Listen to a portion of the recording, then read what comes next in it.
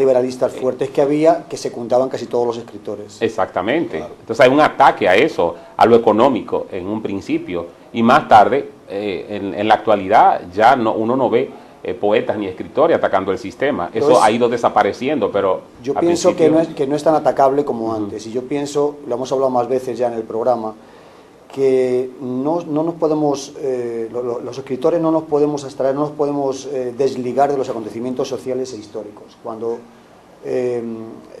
si pensamos desde el principio del siglo, por ejemplo en España hay lo hablamos el otro día, que hay un desastre, una depresión tremenda por las pérdidas de las colonias y porque el imperio ya no es nada.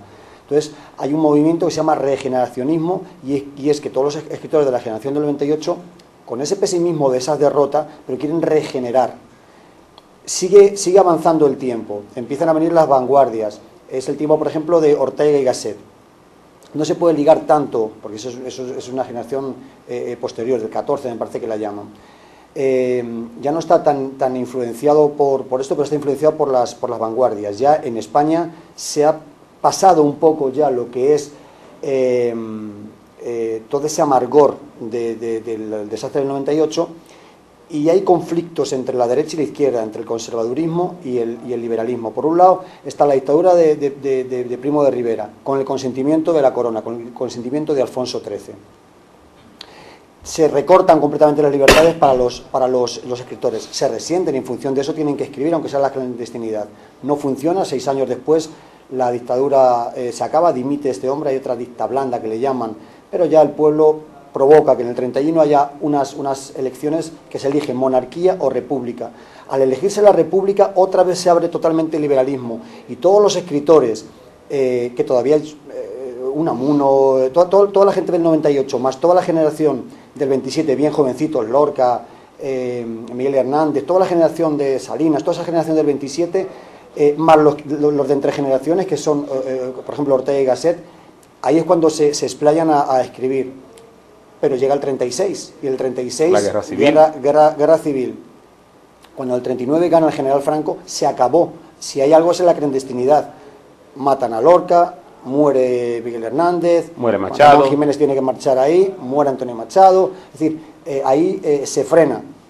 Entonces, ¿qué es lo que hay ahora en literatura, en esa época de literatura en España? Ya solamente escritores franquistas que hacen solamente exaltación a lo militar, exaltación al hispanismo, a la patria, hacen himnos. Véase, por ejemplo, José María Pemán, que tuvo un incidente con Unamuno en el Paraninfo de la Universidad de Salamanca y con Millán Astray, desastroso para él, porque después de una oratoria pésima como orador franquista al fin, y cansado Unamuno, ya viejo, sabio, porque era un tipo bien labrado, de todas esas consignas fascistas, hace un discurso bien sólido, bien potente, en el que el general Millán Astray, loco de ira, cuando dice muera la intelectualidad, y viva la muerte, muera la inteligencia, y es cuando dice él, venceréis pero no convenceréis, porque en fin, toda esa historia, José María Pemán hace una intervención nefasta, diciendo, no, mueran los falsos intelectuales traidores, pero ha pasado a la historia con himnos que ha hecho a la patria, no hay de dónde. Porque Oscar, aquí se dio el mismo caso con los intelectuales trujillistas. Por ejemplo, aquí hay intelectuales de la talla de Peñavalle, por ejemplo, que es un intelectual sólido, uno de los mejores intelectuales de este país, que no se conoce por su afiliación trujillista, y desapareció. Y es uno de los grandes intelectuales dominicanos. ¿Quién conoce a Peñavalle? O sea, un grupo muy pequeño. Un gran ensayista. Y Trujillo forzó ese entrevismo de Manuel Arturo Peñavalle, lo forzó Trujillo, porque Peñavalle, que era abogado, frustró la compra de los ingenios de los Vicini por parte de Trujillo, y Trujillo lo nombró como secretario de lo Interior, y en una noche, una fiesta de Trujillo, le dijo, ¿usted sabe tocar güira? Le dijo, yo no sé tocar güira. No, pero agarra esta güira y toque, y no se pare durante toda la noche. Y amaneció Peñavalle tocando güira sin saber tocar güira. Hay una cosa importante que tú tocaste de refilón, Oscar, es el aporte de las vanguardias a los movimientos posteriores. Yo creo que si examinamos el cuerpo de la poesía, las vanguardias aportaron el estructuralismo. O sea, nosotros encontramos, por ejemplo, aquí en la República Dominicana el vedrinismo, que es un movimiento estructuralista. Eso nos llega de Tristán Tzara, nos llega de Marinetti, nos llega de lo que hurgaron la poesía surrealista. Lo interesante de las vanguardias es que en las vanguardias hay lo que se llama un rompimiento con la tradición, pero es un rompimiento que aporta nuevos valores, tanto a la poesía, a las diferentes artes.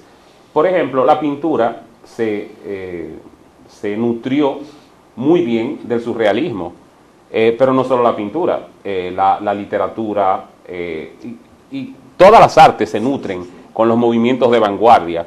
Si nos ponemos a ver, por ejemplo, después de Marinetti, del futurismo, inmediatamente viene un movimiento extremo, que es el dadaísmo.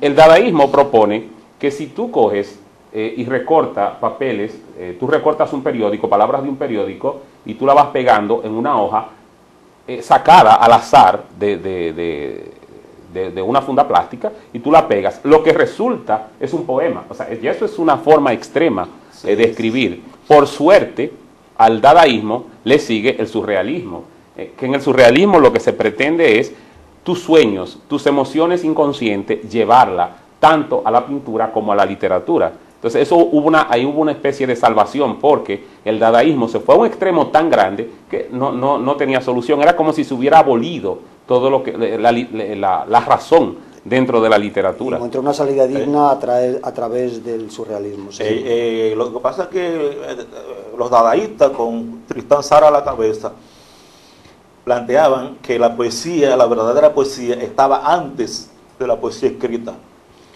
O sea, que había, antes de lo que se escribía, había la verdadera poesía, y que ese hecho de procurar el caos en la obra literaria era también poesía. Pero vamos a la primera pausa comercial. En breve seguimos hablando de este tema tan interesante que son las vanguardias, porque aquí en Palabras al Viento también somos vanguardistas. Volvemos en breve.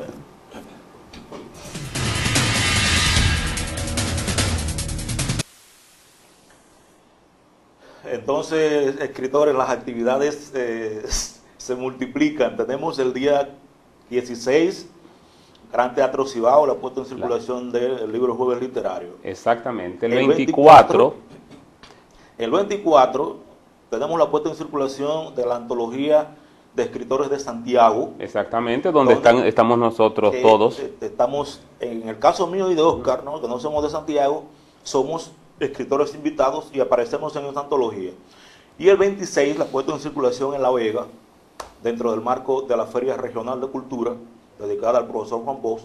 Y el día 11, ¿verdad?, estamos en Nueva York, en la Feria del Libro Dominicano en Nueva York. También nosotros tres, que somos ya los representantes oficiales del grupo.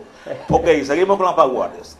Pues nada, yo quería leer otro de los mandamientos de Marinetti, del manifiesto futurista. Uno de los mandamientos de él dice: queremos destruir los museos, las bibliotecas, las academias de todo tipo, y combatir contra el moralismo, el feminismo y contra toda vileza oportunista y utilitaria. La idea que Marinetti nos da es que fue un hombre muy vapuleado por las mujeres, porque primeramente él dice en uno de los